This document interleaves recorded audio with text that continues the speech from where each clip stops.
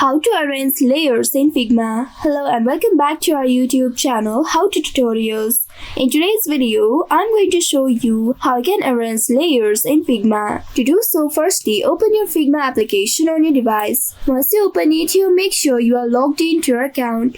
Once logged in, you will land on this home page. Now from this recent design section, select the design where you'd like to arrange the layers. Simply double click on it to open it. Once after doing that, now you'll be taken to the editing space. Here you will need to wait until the interface loads, and once it loads you will land on this page.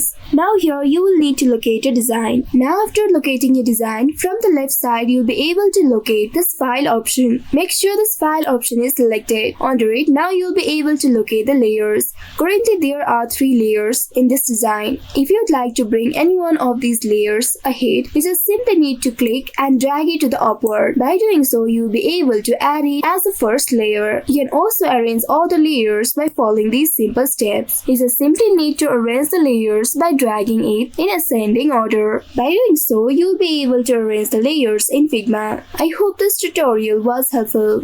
If yes, don't forget to like, share and subscribe to our channel. Also hit that bell icon to never miss any updates from us. Thank you for watching.